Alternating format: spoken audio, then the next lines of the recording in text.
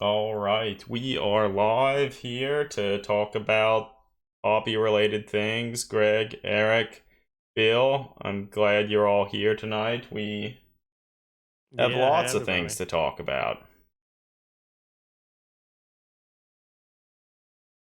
Yeah, no, Or I'm do we? excited. Something. We'll Well, talk. we certainly don't have stuff like directly related to what Games Games Workshop is Workshop doing. stuff. Like, I'm not paying attention to it. I heard some ramblings that maybe they showed some things on the community site about movement and stuff in the Warhammer Old World, and people aren't happy. People aren't happy. I Shit's too just heard people complicated. within like our orbit aren't happy. Do you know if Oh, I have people no like just idea. generally, do you have any idea? I mean, I No, want it a doesn't matter. grindy, cumbersome rule set. I mean, that's what people are here for. That's cool. What I live for. um, I, t- I live I for told my wife, and she's up in arms about it. yeah. There's one thing she hates in our relationship. It's me not taking out the trash, and it's movement trays. yeah, have um, that cool triangular movement tray for your lance formations and knights. Hell yeah. I mean, I'll admit I didn't spend any time looking at it, but I did see a diagram and it suggested your like general formations of like infantry. They can be in either like a marching column as if they're hmm traveling, or one where they're preparing for battle, like a battle formation where they've sort of collapsed ranks into a broader fighting formation. Wow, I'm already struggling to care. I mean, Yeah. I guess Mhm. this speaks to a point that like, well, I love Games Workshop stuff and their games are fun enough. I am so far past like reading Warhammer community articles about like the rules and stuff. Like I feel I come to them thinking like, oh yeah, I'm interested in this. Click on them and immediately like shut down and don't want to read them. Yeah, And because I kind of honestly, like reading rules, but well, I would say honestly, I almost don't care what the rule set is like. It's neat. I guess that's not what draws me to Games Yeah. Workshop games anyway. Like, it's So neat the old world is coming back, and that could provide opportunities for a bunch of neat things. And ultimately, mainly the models. yeah, ultimately the rule set's gonna be fine. It will probably be similar to some of the older rule sets, none of which were phenomenal. And And there are so many editions yeah, that people can play if that's the one they loved or that they got into it with. So yeah, I think it's fine. It's nice that the old world is being supported in a way it isn't just uh Warhammer Total War or something, or Vermintide, that sort of thing. So I mean, I think that's all I mean, those good things in kept that the sense. Warhammer Old World alive. Yeah, Mm-hmm. I think so. But yeah, so that, Actually, that is what it is. do anyone remember the old video on, maybe it was on YouTube or whatever, when they announced Age of Sigmar and someone got their like army and set it on fire? I mean, I Vaguely. remember that was a thing. I don't. I remember Yeah. that. Yeah, I Yeah. think it was supposed to be a viral trend that ended after the first viral trend video. Yeah. One person did it. And I mean, we don't Yeah. even know if it was because they were angry with this new game coming out or if they just weren't happy with their army. I mean, it didn't look good.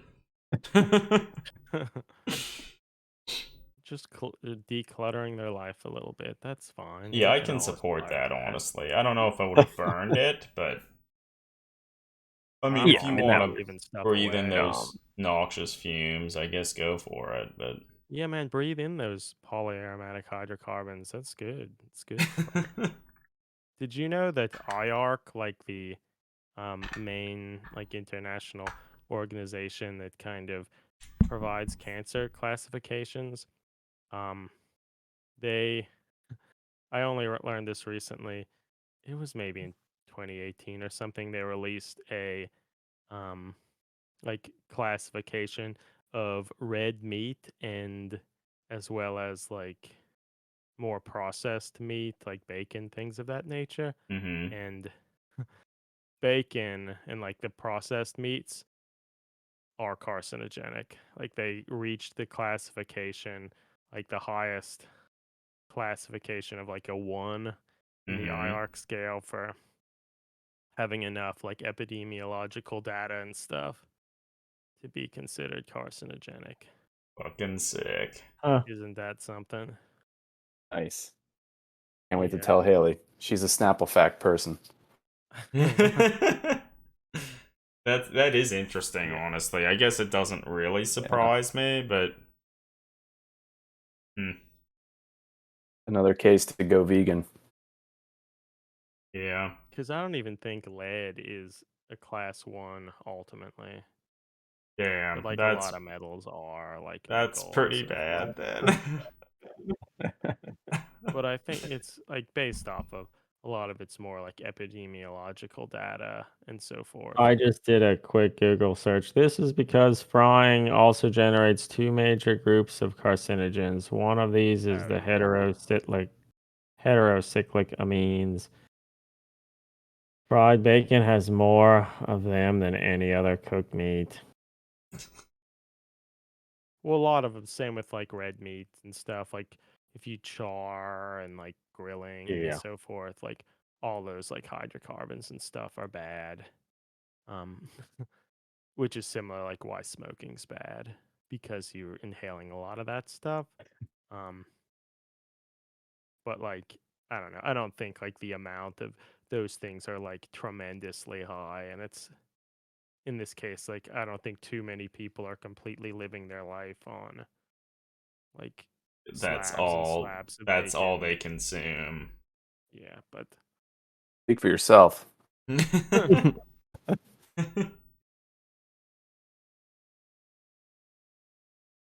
yeah, well, that was a big tangent. I don't even know why it went to that. Why I took it there, other than finding it interesting. I mean, that is interesting. I think that's what my cult will be focused around.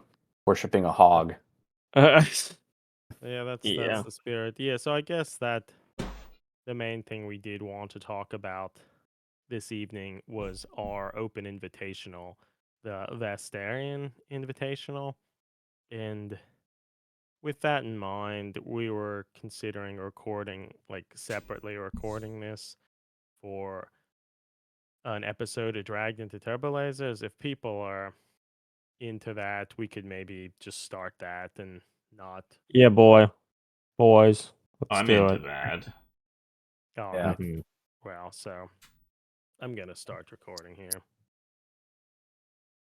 Hello, everybody, and welcome to Dragged into Turbolasers, a Between the Bolter and Me podcast. Fuck, I'm gonna say it again. And then I'll Yeah, calm you down. are. Also, it Yeah, looks like Take it maybe away. we have a weird comment in the stream. let's look at it. I don't have enough space to read it all. It seems promotional stuff. I don't. That's cool. It's good Go to to Streamrise. No. it's good You to don't. see our fans and supporters are already here in the stream. Yeah. Mountain Force here. I love it. At least it's not like a half-naked woman Instagram Yeah. follower. I just got rid of it. All right, so we're gonna start it over again and hope I don't feel bad about it again. In 3, 2. Go. Hello, everybody, and welcome to Dragged into Turbolasers, a miniature wargaming podcast from the people behind the blog Between the Bolter and Me. I'm your host, Eric Wire, and I'm here with my two brothers, Adam Wire Hey, everybody. and Greg Wire. Hey, everyone. And I'm excited we're also joined by our good friend Bill. Hey, Bill. Nice to have you here. Hey guys, thanks for having me on. Yeah, so Bill, I think is well known in the this sort of 28 community for running the uh, an excellent Mordheim event, as well as being one of the main people responsible for the Rich Grimmond event in Richmond this year, particularly the Rot of Hondius event. But yeah, we're really glad to have you here and are excited to chat about, you know, all things 28. And in particular, we wanted in this episode to talk about an open invitational that we recently started called Vastarian. And yeah, just happy to have y'all here and to chat about it.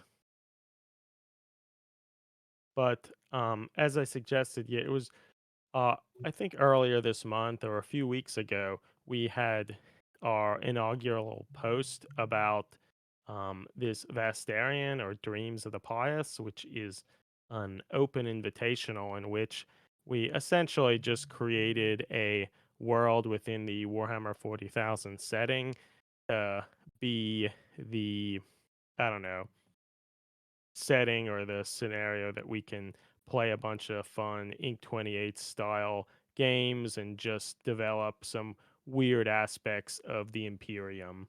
But specifically, Vastarian is a large cathedral world that is just filled with cathedrals and minarets and different houses of worship and so forth. And Lighthouses.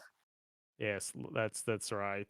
Because there's a lot of water on the planet, so they have lots of lighthouses as well. But we wanted to set it up as a planet that, at least for a lot of its existence, it held kind of like a shaky piece throughout the entire planet, in which there were lots of different imperial cults that each have their own kind of eccentric views on the emperor and how best to worship the god emperor. And that despite those differences, they still got along somewhat and weren't like persecuted as heretics via the Ordo Hereticus or the Ecclesiarchy. But that sounds, I guess one might say, sounds interesting, but isn't necessarily a great setting for conflict, I guess. So what kind of pushes it into that direction and why you might want to play games associated with it is that we thought it would be fun if we connected it to the wider uh, advancing Warhammer 40,000 storyline, in which after Cadia was destroyed and the Eye of Terra or Terror expanded and across and like kind of split the galaxy in two, and that led to a huge reinsurgence of a lot of psychic activity and such. We thought it would be interesting if that led to most of the inhabitants of the planet to start having weird dreams and so forth, which also led to the establishment of a lot of different psychers on the planet, each of which um, kind of thought that they were essentially um, saints or the coming of like the emperor or the next great um, stage of the emperor's grand design, that sort of thing, that led to a lot of the cults on the planet to actually, um, I guess, have violent disagreements with one another and kind of fight each other over which is sort of the dominant cult and what the emperor's true vision is, thinking that it would just be a fun opportunity to play Inc. 28 style games with weird imperial cults. Yeah, no, I think But so that's that's kind of that's a good a summary nutshell of of it. what it is. Yeah.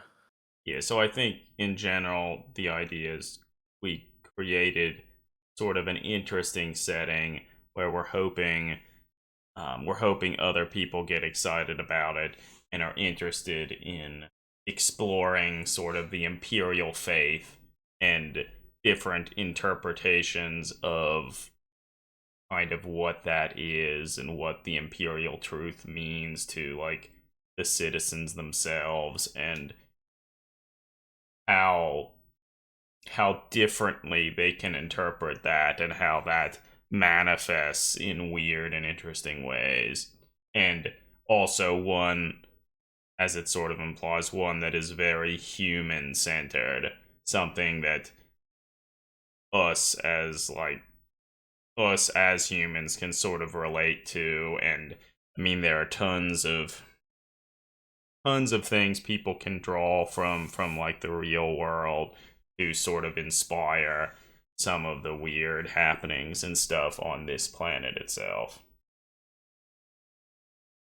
I guess maybe some people could complain that this particular setting is taking away some of the more interesting and iconic things that Warhammer 40,000 has, like Space Marines and Tyranids and Orcs, though I think by giving somewhat of a human limitation, ideally it will get people to think a little bit more about creating something unique.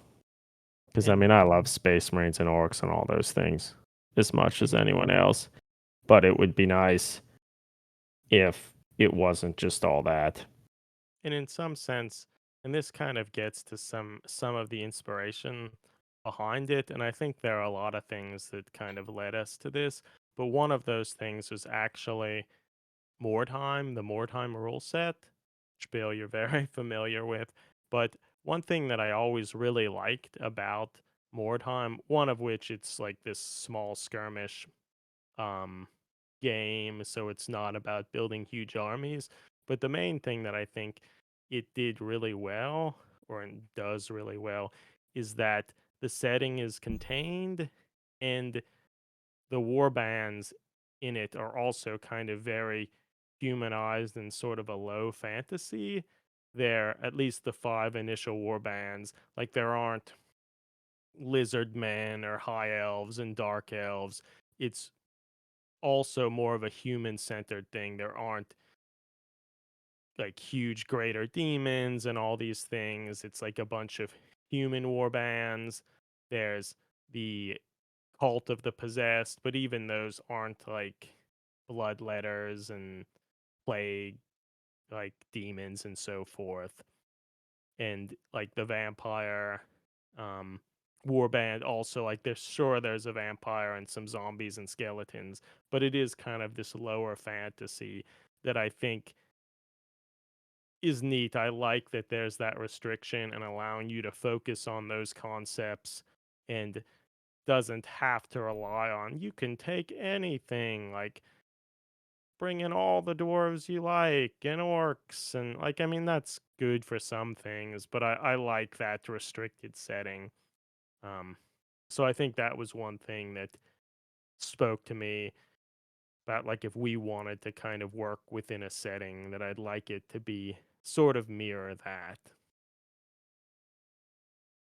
Yeah. Yeah, I think like when you remove like those kind of like those superpowers, you know what I mean? Like when you remove like greater demons and stuff, or you basically lessen the stakes, you make it more personal. So in a way, you're actually raising the stakes to down to the individual, and like kind of like focusing it, right, or localizing it. So the stakes in Mordheim are actually higher because, like, you know, if you put yourself in like a human mercenary's position or something like that, they just, you know, they're surrounded by just awful crap all over the place. Or if you take Space Marines out of the equation and like the Inquisition and stuff like that, like no one's going to come in here and solve your problem for you, right? So it's down to like more of a humanistic level. And so like I think you guys are absolutely right. Like people will be able to put themselves into the shoes of like these civilians and identify them with them more. And so in a way, in a weird way, like the stakes are even going to be even higher. I mean, they're Yeah, and I ultimately battling for like the salvation of humanity, or at least they think they are. At least and some of them. I don't know. This also kind of speaks to, in addition to Mordheim, I think uh, Inquisitor is also kind of an inspiration there, in Yeah. which that as well, it really did a lot for developing the Warhammer 40,000 lore and all, particularly obviously the Inquisitor factions, but it did a lot to develop some of the different Inquisition philosophies and essentially their kind of religious beliefs around the Emperor. And it wasn't so like cut and dry, cookie cutter stuff like, oh, chaos is evil and like have to purge everyone, kill everybody, which the Inquisition often ends up being kind of, I don't know, like a hyperbole in. And I think the Inquisitor rulebook gave Thorpe did a great job of really delving into some nuance in how different Inquisitors could all think that they were serving the Emperor and doing what's best, but some might be trying to use chaos against itself. Some might be these true diehard Puritans that are against all of that. Some are more trying to maintain the status quo of the Imperium. And I think to me, that did a lot to develop the 40K setting to be just a more nuanced one that was interesting, that there are like these real human emotions centered around it, and like people could be kind of in opposite spectrums of how they like believe in the Emperor being their savior, but still truly believe they're doing quote unquote the right thing. And that idea of fleshing out the setting in a way that isn't just like what's the most awful thing we can think of, like, and that's chaos. And Yeah, like I you don't know, don't I need. like that appeals to me. Yeah, you don't need to have. It doesn't always have to be like the mustache twirling villains and such.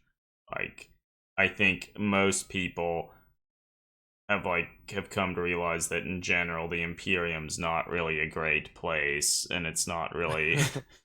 But that doesn't necessarily mean that there aren't still people with motivations and people that have like their own goals and believe in what they're actually doing. I mean, people are just living their lives in a bad universe. I mean, maybe not every planet's horrible.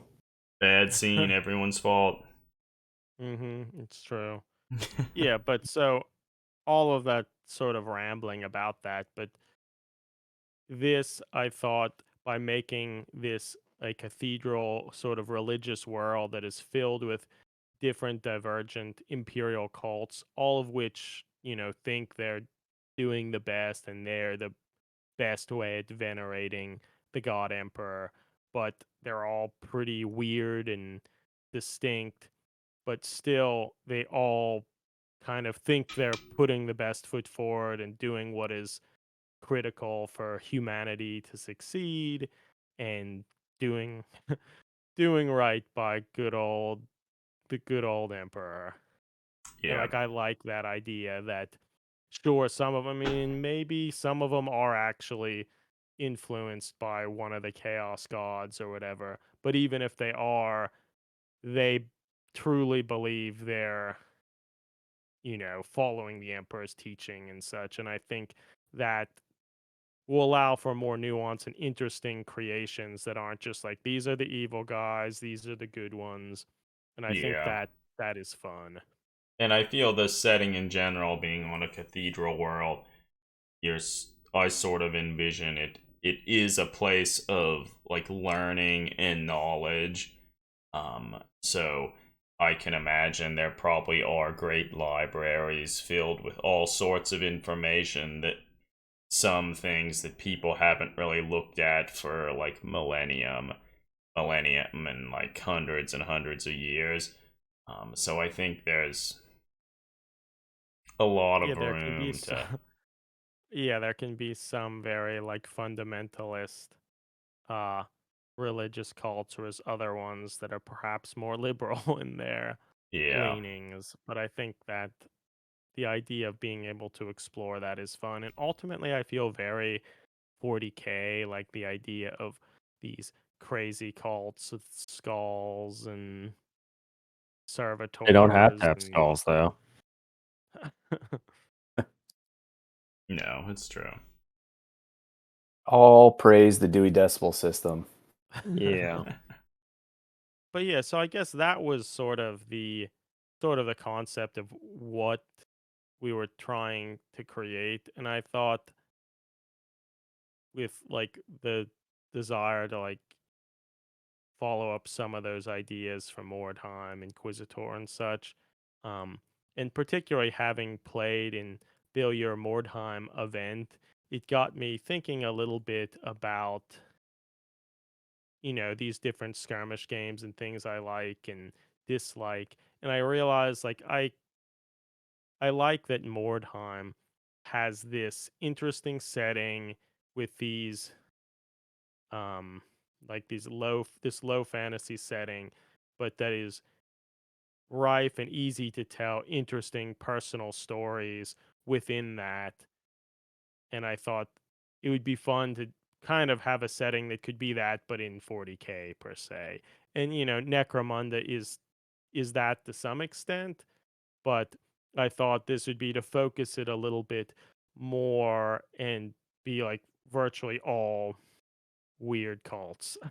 Well, because I feel Necromunda as a setting doesn't really delve that deeply into like the Imperial religion and the Imperial any of that. Like I it's guess gang that's the warfare and Yeah. Hodor has become the like religious one, well no, and I whereas like feel like with the newer version of Necromunda that's obviously been out for a long time, but I feel they did their best to expand the lore and everything, and I feel in some regards have really dialed in some of the focuses of the different factions and gangs and stuff. And feel almost like push them to different tropes in a way, which I think is fine. They want to make all the gangs unique and so forth, but um, yeah, in for some something that I'm hoping other people might get involved in and want to create their own gangs and want to play their own games, and I kind of want something to be a little simpler than that, and not feeling like the need that there needs to be these complex rule systems for every single gang and so forth. If that makes sense. Hey, Bill had gave me an idea with the Dewey Decimal System. What if we had a cult that they think that cataloging the writings of man is a way of cataloging and organizing is a way to get closer to the emperor or something. I I mean think he was all that would be about fun. science and knowledge. Sounds awesome. So What like I wonder the cultist you made, Adam, and we made some casts of holding the various Oh, booths yeah, they could be part of there that. he is. they would be very good for that. See, it's an interesting thing. Like I feel if any listener who's interested in trying to start something with this setting, one way, if you can find a PDF of the Inquisitor rulebook, like I'd almost be interested in just rereading all of that again, because they do, as Eric sort of mentioned, they do present a lot of different factions of Inquisitors and different beliefs in like sort of what the Emperor means to them and where the Emperor is going in the future, whether Mm-hmm. that's just staying the same or evolving into some other being. So like I think that could be a good starting place to sort of get you thinking about different things along that nature.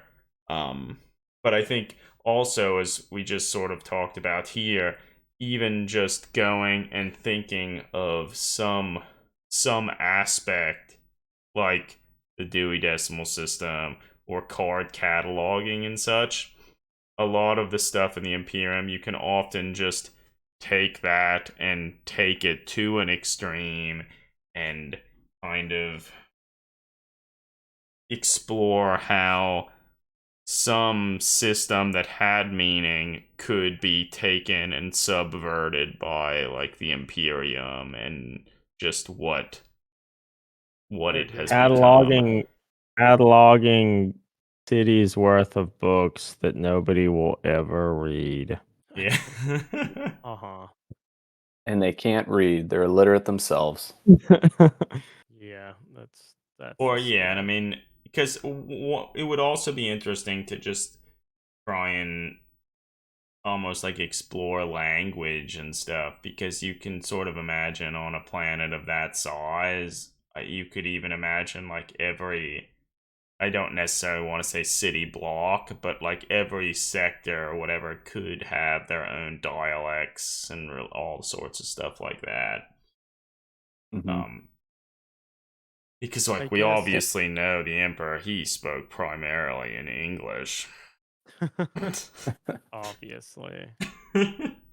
I guess one thing that can also be mentioned, I think another thing that sort of inspired this as well was just for the 2016 Pilgrim event that Iron Sleet held.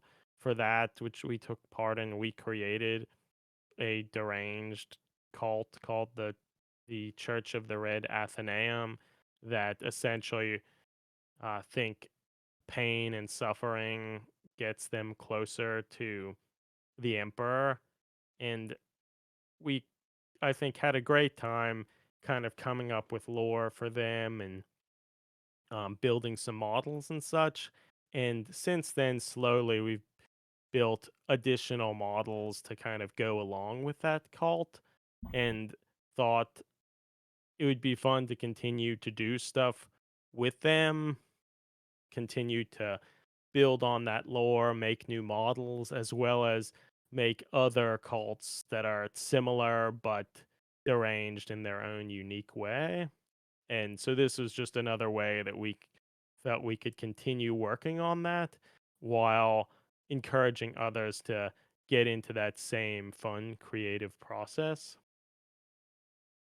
Yeah, and I think now, for even compared to just a few years ago, we're at a good stage in the hobby with Games Workshop and everything. There are a wealth of models to make more priest-like, cult-like models. Um, Certainly when we first started the Red Church and whatnot, like, if you wanted robed models, it's like, well, the Empire had the plastic fanatic models, and like that was about it. So Yeah, things have changed a lot since that time.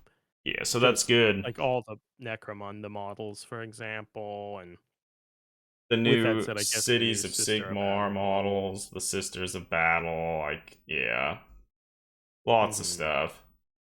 Um, so in some regards, another interesting way you could approach it is to even just find a box of bottles that you always thought were cool but never had a use for, and try and see how you could merge those into a cult of some sort. Unless that's Space Marines. No Space Marines. Um, Another good source book too is not just the Inquisitor rulebook if you can't get your mitts on it, but the Dark Heresy rulebook from Fantasy Flight Games. Oh yeah, and they The have a whole bunch of different publications that went alongside that I think were all pretty, or a lot of them were pretty good and interesting. how many are yeah, still in like print? None, maybe. Just I don't Fantasy know. Flight. I mean, the Inquisitor book's not in print either, so. Yeah, it's true. So, But like South of Heaven Steve just asked if we're thinking about continuing Vastarian in the coming years or if it's a short-term project. Steve, it's not a short-term project. Seeing as one of the reasons we wanted to do this Vastarian thing was a way of keeping up with like the Church of the Red Athenæum that we created for the Pilgrim, which we've slowly been working on for years. This, I feel like, is a way of us to continue exploring weird Imperial cults and such, and maybe the more mundane aspects of human life in the Imperium, and exploring it for presumably Yeah, years to come. but also by putting some of this out there and trying to encourage others to get involved, the hope is that we can in the future maybe run some events pertaining to it or encourage others to do that as well, which towards that end, Bill has actually been working on like a small uh I don't know, church board essentially, that the hope is that maybe we will be able to bring that to like Adepticon this year and maybe bring some of Next our year. war bands and so forth and maybe play some games with other people who've created stuff or just bring models and so forth. So, yeah, the hope is that it encourages a lot of back and forth with other people exploring some of these ideas and playing some games, however that kind of strikes them. Yeah, in some regards, we've certainly brought up Mordheim a lot, but I feel Mordheim is now sort of a thing where there are small events all over the place now, where people are getting together to play games and sort of further their own storylines. And I would like a similar thing to happen with this, and we will certainly be trying to have little events, um, and hopefully invite people to attend those, but would But we're love. bad at doing those things. We've talked about it for years and haven't done anything. And Bill, however, is good at doing things. But yeah, so that's at least part of it. I guess maybe we should speak a bit to some of the rules because, as much as we go on about rules not mattering and so forth, I feel for a lot of people to maybe get involved with stuff, it's good to have some sense of that and like how you could go about it.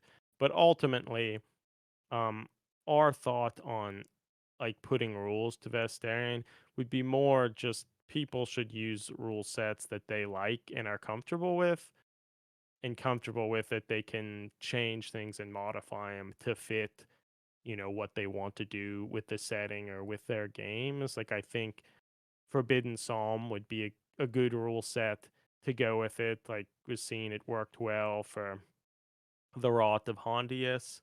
Thank you, South of Heaven, for your work on that. But also, I think if you're more familiar with like Necromunda or games like that, I think they would work too. And that is actually, we've been playing some test games and have been primarily using the newest version of Necromunda, like 2017 or 18, whatever it is. Um, but I guess it also has gotten a new, like, updated rule book that I guess we've primarily been using that. But part of that is even though using the Necromunda rules in a general sense, like we don't want it to get bogged down into like you need to get like 10 different gang books to like this is I'm using the Van Sar gang or whatnot. Like we've primarily just selected like one gang, they're all the same, but you can get whatever you want from the trading post and so forth to like kind of move away from being very encumbered in like all these different rules and such and just more enjoy the basic Necromunda system, which is not that dissimilar from most of Games Workshop games, other than I guess it's an I go, you go system, which isn't that common for most of Games Workshop games. Yeah. But yeah, I think using a system you like, I think is a good way to actually, I don't know, play games. Yeah, or yeah, finding something that you actually enjoy playing and you feel invites and sort of spurs on spontaneous and interesting interactions to sort of further stories and narratives. Like, I think that's ultimately good.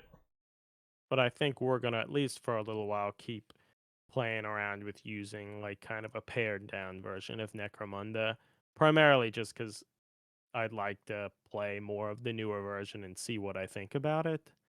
Yeah, I think But in the coming weeks and months, we'll be posting on our blog different like war bands to kind of give people a sense of what we're experimenting around with and sort of what aspects of the rules we're interested in changing or paring down.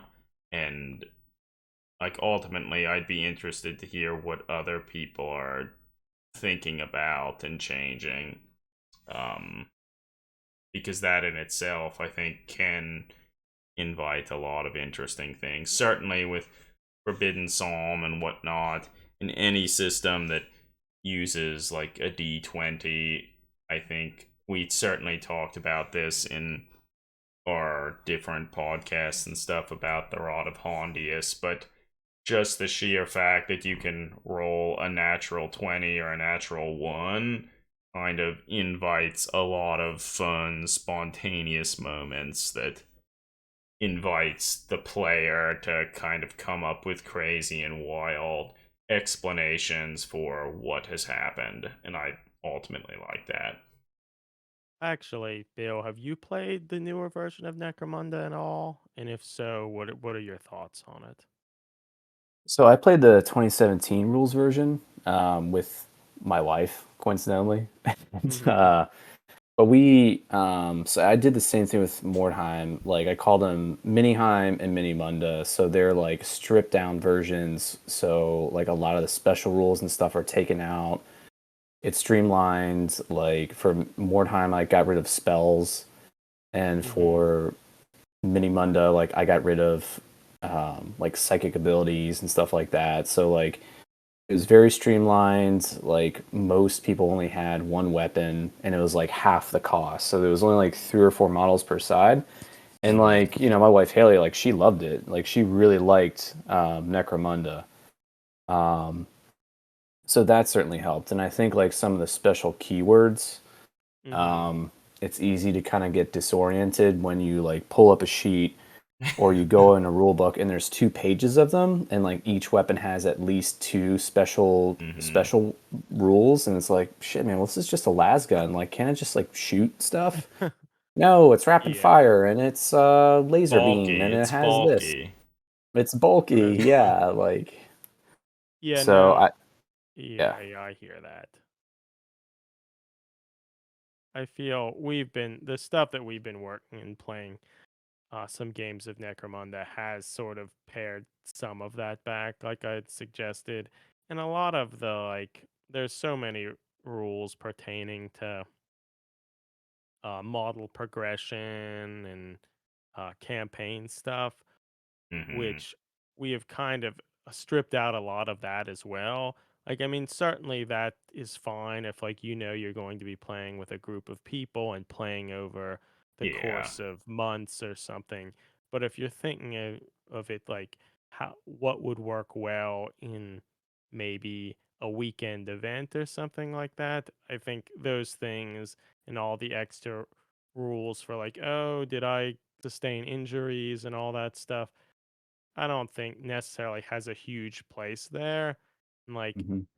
if you spent weeks converting, painting a warband, then bring them to some event and the first one, like, half of your guys permanently die, like, that's not really fun for this sort of thing. Like, you want to use those models. And again, I think that works fine if like, oh, every week we're going down to the local game store and we're going to keep pounding away at this and seeing that progression. But I think if it's something that you want to focus to like 1 or 2 days, I don't think that's as necessary. And thinking about what rules are doing and how they're affecting like what you want to achieve, I think is important. And I guess all of that's to say, hopefully we will eventually have a post or two kind of talking about that. If we do end up playing Necromunda more for it, we'll probably write up some stuff about like kind of the things that we are or aren't using to help facilitate kind of storytelling in the setting. In the same Yeah. thing, like different scenarios and stuff. In the little that we've been playing, we've certainly learned that not all of the Necromunda scenarios are that cool. No, they are not. But yeah, so I think you could get around some of that. Like, that, it's funny you guys bring that up because that's what happened to Chris Cole's brother and Mhm. in Richmond. Like, he lost like half of his warband in the first game, and he like talked to Martin, and I was like, oh man, just fucking keep him. Like, who cares? But yeah. like one thing you could maybe do to get around it is just instead like purchase like a zealot and just have it like be baseline stats with like a las gun or King sword or something like that. You know what I mean? And just proxy that model if you wanted to go into that kind of granularity. Mm-hmm. Yeah, but tracking like, oh, he's missing an eye or he's got a peg leg now, like that kind of stuff would be very cumbersome for like a weekend, I think. Well, and some I of the mean, it's stuff, certainly cool for different settings, but for Yeah. a weekend, I don't think it doesn't make practical sense. one also a thing you could do to probably get around it a little bit would just be if the person dies, maybe you don't necessarily lose all their war gear. Well, how Yeah, does for sure. Warcry handle some of that stuff? I kind of feel it is done in a way that like you don't just permanently lose people, or it's difficult to. Do you know? I Like haven't actually played the it. standard models can actually die relatively easily, but if they do, you can just buy them back, and you cannot like funnel in tons of gold and stuff to get them war Mm-hmm. gear and all this other stuff. So it's like the base cost of the model, and they have whatever it is they will always have. And then your Yeah. heroes, they can get more seriously injured and potentially die. But again, if they die, you can just buy them again. Yeah, yeah.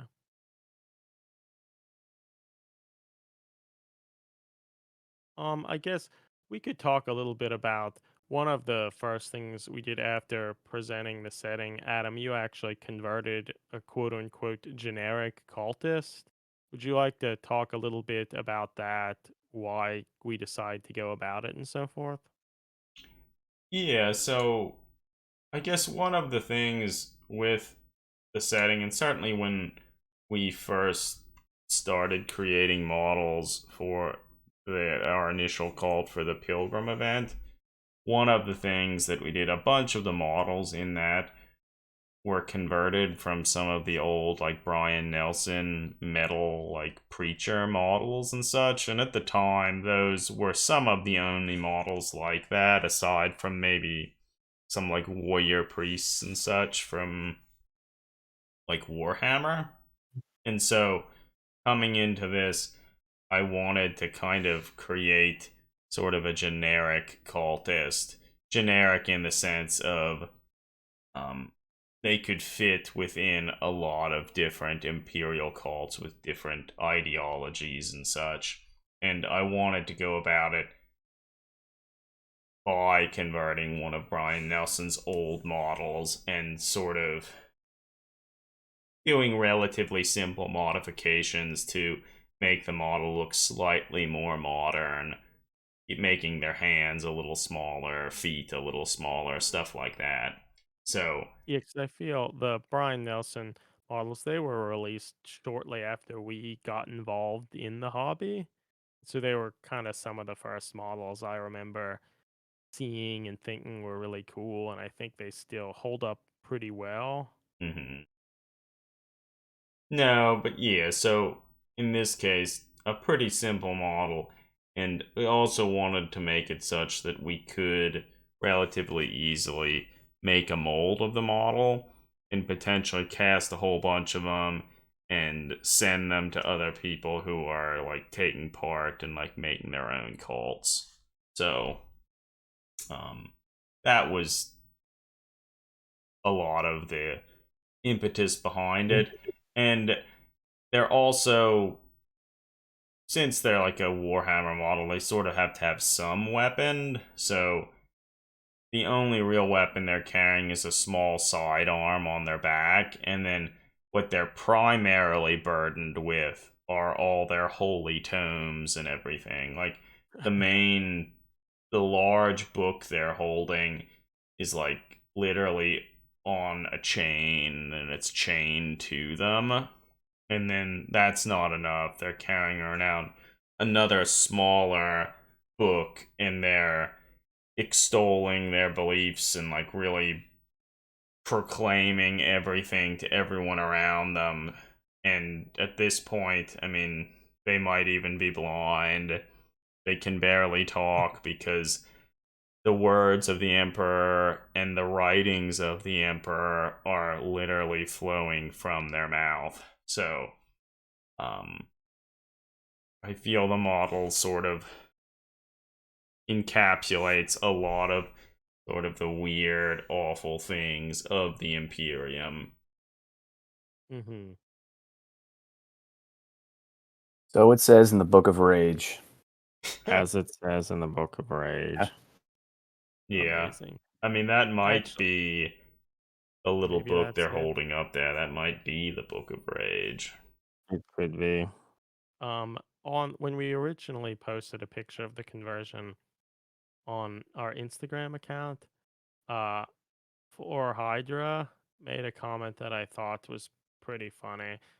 They said the term citizen made me wonder how he goes home after a day of preaching, taking out his mouth piercing, cleaning everything, rubbing his eyes as they get accustomed to the dim light of candles, how he sits down, slowly chews his Nutra-Paste.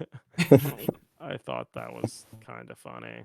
And yeah, just, thinking about how these people live in their kind of dystopian world that seems normal to them.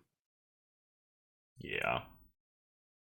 I guess it's also worth noting that we recently posted something about a second gang, which is pertaining to a concept that Stygian Thorn has kind of championed, which are Spireheads, which are another cult that um, wear these sort of elaborate headpieces of temples and buildings and so forth, and kind of venerate those architectural marvels and how they kind of speak to the emperor's grandeur and greatness.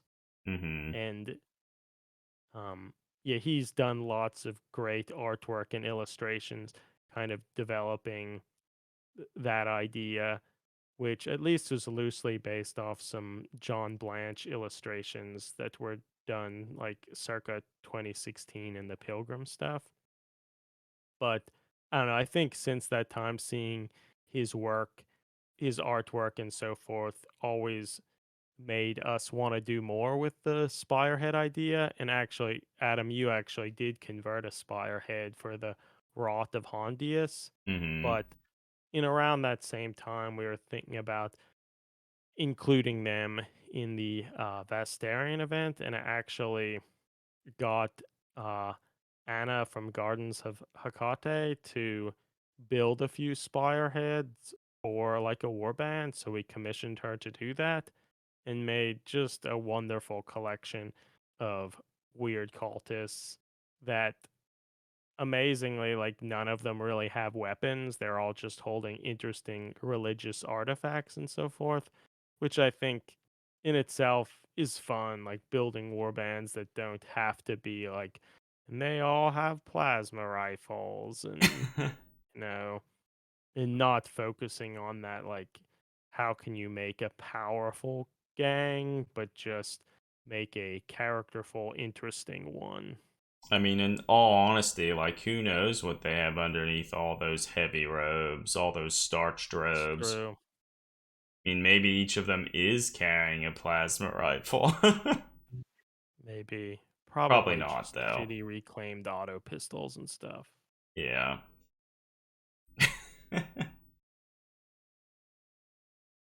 Yeah, it's true. But yeah, soon we're gonna, I think, start to put up some battle reports from some of the Necromunda games and stuff we played, just to take some fun pictures of some of these models and gangs, just to continue to develop the setting and show people some of the cool stuff you could potentially be doing. Yeah, it's like, look how much fun we're having. You could too. Yeah, that's right. But I guess, yeah, ultimately, I'm just excited to share some of the stuff we've been working on for a little while, and hope it interests other people and them to create their own interesting facets into the Imperial religion. That's right. I guess we could maybe talk briefly about, in the first post that we had that's introduced the setting, and so forth. It also had some suggested readings and stuff like music to listen to. I think Mm-hmm. we could maybe talk a little bit about that. Um, One of the main things was, and actually is where the name Vastarian came from, is actually a short story by Thomas Ligotti, who is a current weird fiction horror writer that writes a lot of cool short stories that often pertain to dreams and people's place within the world, and often how meaningless people's existence are. And I've been reading a bunch of his stories in like the last year or so, and it felt in some sense very 40K.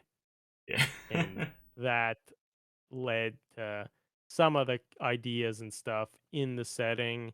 And I think ultimately I would encourage other people to try to read some of his short stories, or even a lot of them you can find on YouTube. People will read them, that so you can just listen to some of the interesting short stories that I would suggest people to take some time to do, and help you just kind of get in the grim mindset of 40K and so forth. Yeah.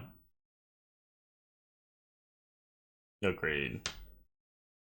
For listening, some of the things that we listed, the first is a collaborative album by Earth and The Bug. So Earth is a drone metal band that started in the early 90s and kind of emerged into a minimalistic Americana sort of band. And The Bug is a British DJ slash musician that kind of does some electronic musician stuff and kind of dubstep sort of stuff. And they did this collaborative album called Concrete Desert that was kind of looking at bleak futures with concrete buildings and that sort of stuff. And it's an all instrumental album, and I think that kind of gets to the theme that we're looking at. Lingua Ignota is she started out as a noise based artist and then has kind of combined noise with operatic singing and kind of religious song structures to create a really interesting collection of music that goes from being beautiful to harrowing at times.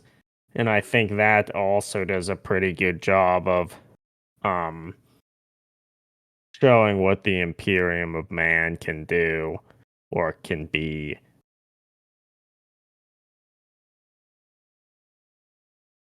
Yeah, no. So I think, yeah, some of that stuff I think is fun to listen to or experience. And I don't know, it's always good to find a new author of weird fiction, or at least I like it, Yeah. particularly coming off of October and the Halloween season. Agreed. Yeah, and that new album that just released, Greg, you mentioned earlier about Atrium Carceri. Yeah, so Atrium Carceri is a dark ambient project.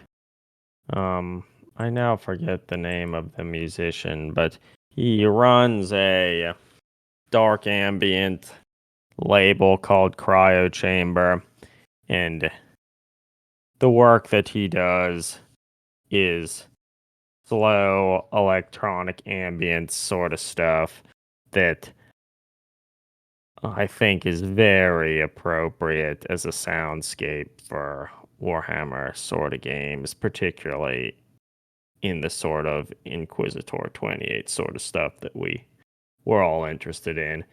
And yeah, one of his projects, Atrium Carceri, just released a new album. It may not have Forgotten been today, Gods? it might be a day or so ago. What was that, Eric? Is it called Forgotten Gods, maybe? The album? I believe that's what it's called. It's not on Bandcamp yet, but it's on Cryo Chambers. Or it's not on Spotify. Let me correct myself. It's on Cryo Chambers Bandcamp page. Yeah, okay, okay. You think cryo chamber is in reference to the chamber that you cryogenically freeze your samples for electron microscopy? It could be. Probably not, but I'd like to think it is. Yeah, it's fair. That's fair. Yeah, well, I guess maybe we can wrap this up, but yeah, I hope it gave people at least a little dive into kind of what we've been thinking about here and detailing on some of our more recent blog posts, but something that I hope to continue to expand in the future. And also hope that people will get involved to reach out to us about ideas or things of that nature. Maybe play some of your own games and just, Hmm. get excited about creating stuff and not feeling like you have to um, adhere to slavishly to just Games Workshop games in particular, but still maybe enjoy the setting and the aspects of it that you think are fun and cool. But Yeah. with that, does anyone else have any comments they'd like to add about that? Or Make your own imperial religion. yeah, Or at that's least right. explore the possibilities. Yeah, and yeah, at any time reach out to us. Like, love to hear your thoughts about Thomas Ligotti, or if you listen to any of the music or anything like that. Yeah. But yeah, thanks everybody for taking the time to listen, and we hope to talk to you again soon.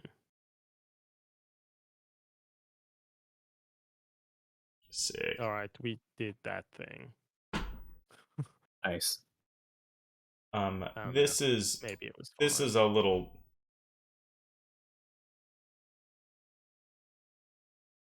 well, this is a little unrelated, but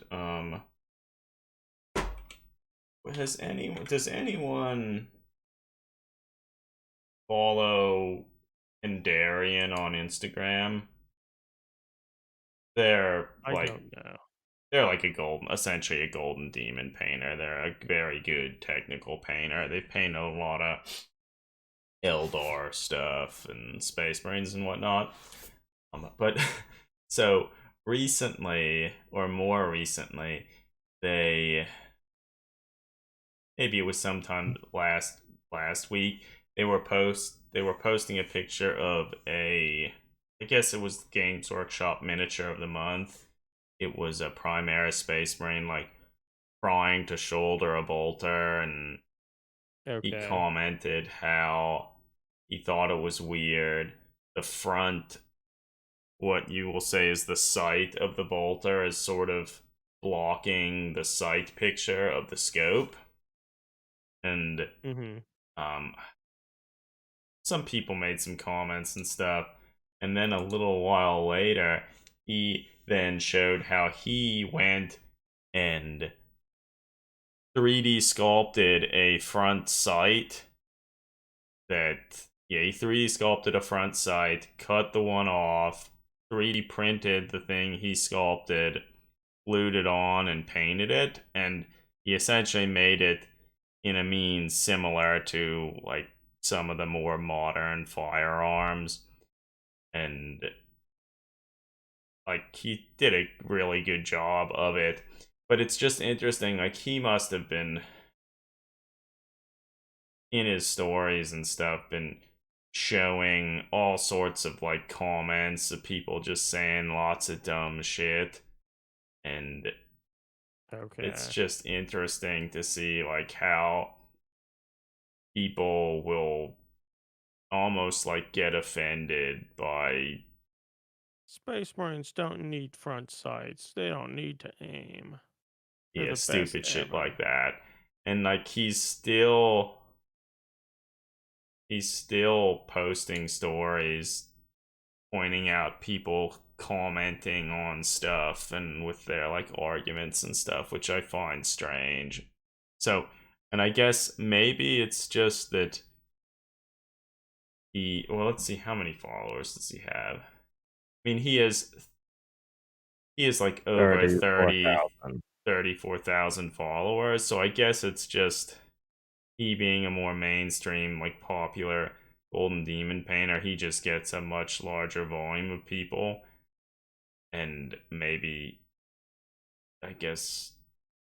Yeah, I feel that's the nature of any... Not that this is necessarily viral, but as you get more and more followers and stuff, I feel... Somebody looking at, so you find it fun making superfluous, pointless details and wasting 4 times the plastic than necessary? Like, who the fuck cares what he wants to do? Well, and towards the end, like, that's Games Workshop's whole thing, adding stupid bullshit superfluous detail to all their models. Virtually none of it making sense. Like, it's just... But ultimately, like, it's your hobby. You can do whatever you like with it. Like, I think it's cool to see people that do put this level of detail into something and, like, take an interest in something like Yeah, that. like I think that's cool. like 3D sculpts all of his like these like little cactuses and stuff that he prints to then put on his bases and stuff. Like all that stuff's cool. Like that is an interesting and cool part of the hobby. And if he's trying to rework and make some of the dumb bullshit GW details into something that actually makes sense, like, yeah, that's what we do. But then the dude, like, he's not looking down the Yeah. barrel. He's not looking at the scope. The model's not looking at the scope. He's not looking down the sights. Like, the gun doesn't have a stock. I think some people talked about that in the comments. Yeah. Yeah. But I mean, a lot of these things trying to start making those changes that you want to see, like we started out slowly. Like some of the first smaller weapons we made were still not really very small. So like I'm hoping this is the start of even more ambitious converting work by them. But we'll see.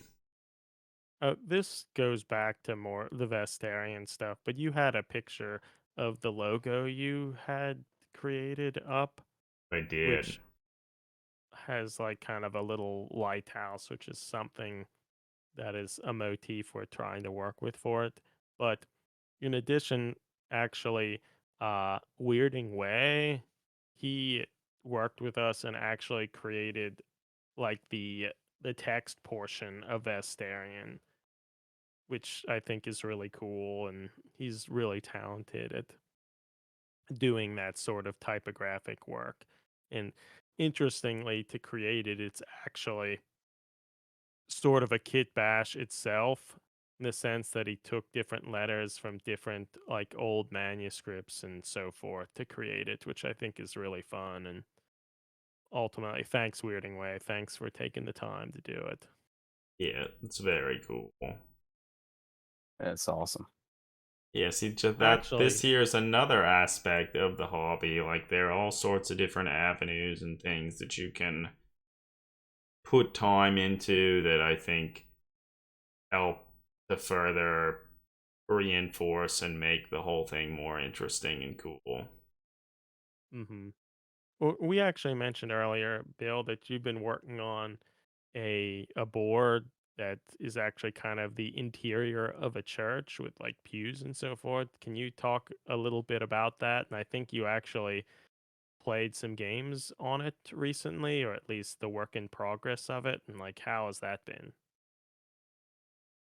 Yeah, it's been a real pain in the ass. Just because like the bulk of it are those Pegasus hobby kits. Mm-hmm.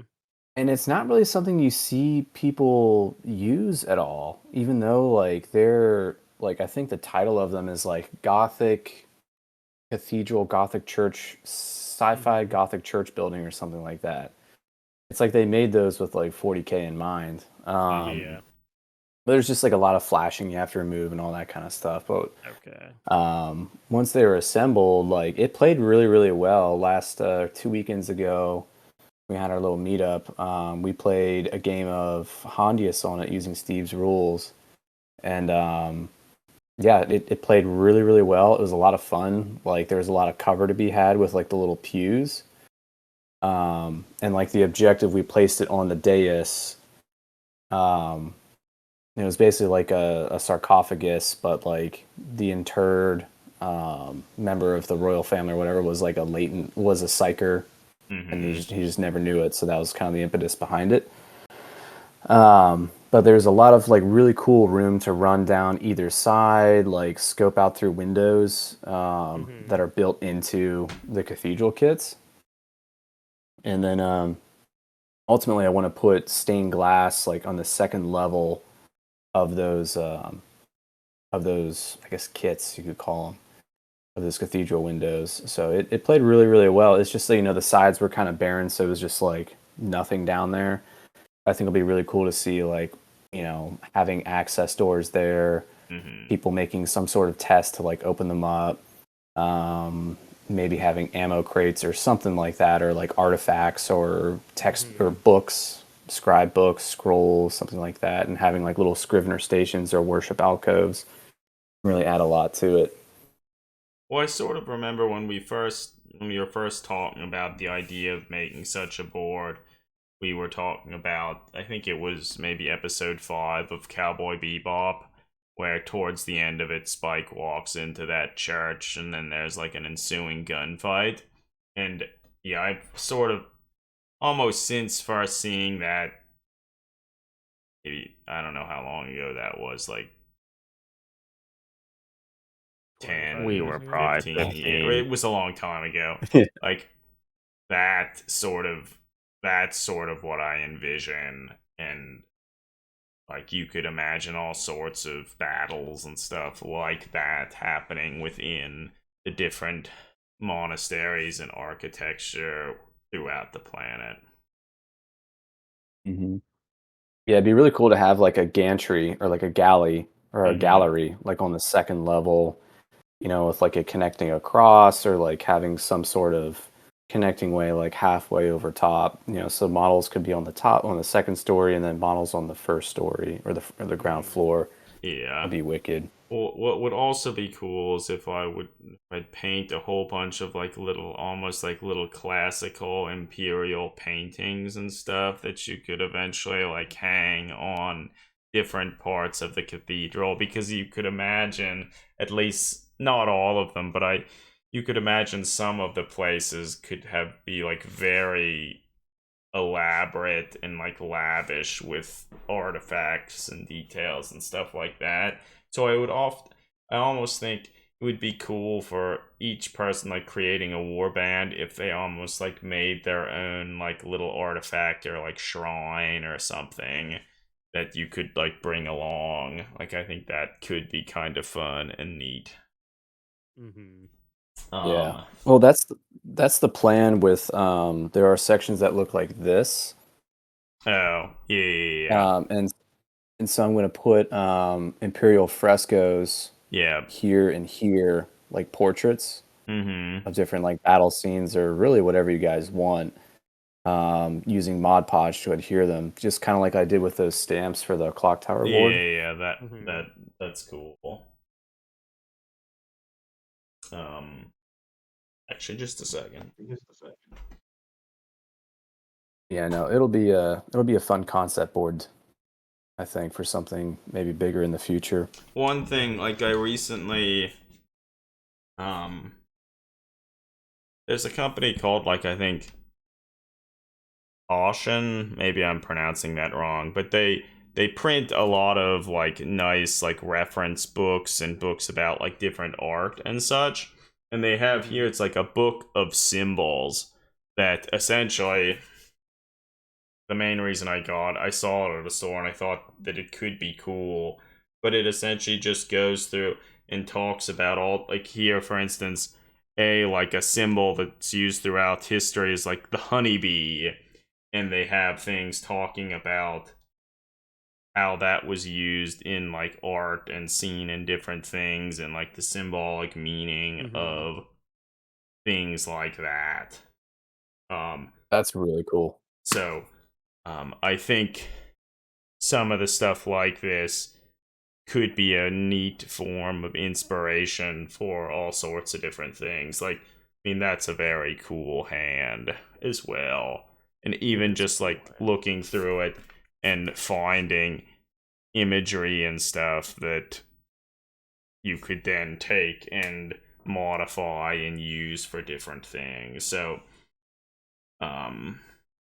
yeah. That's really cool.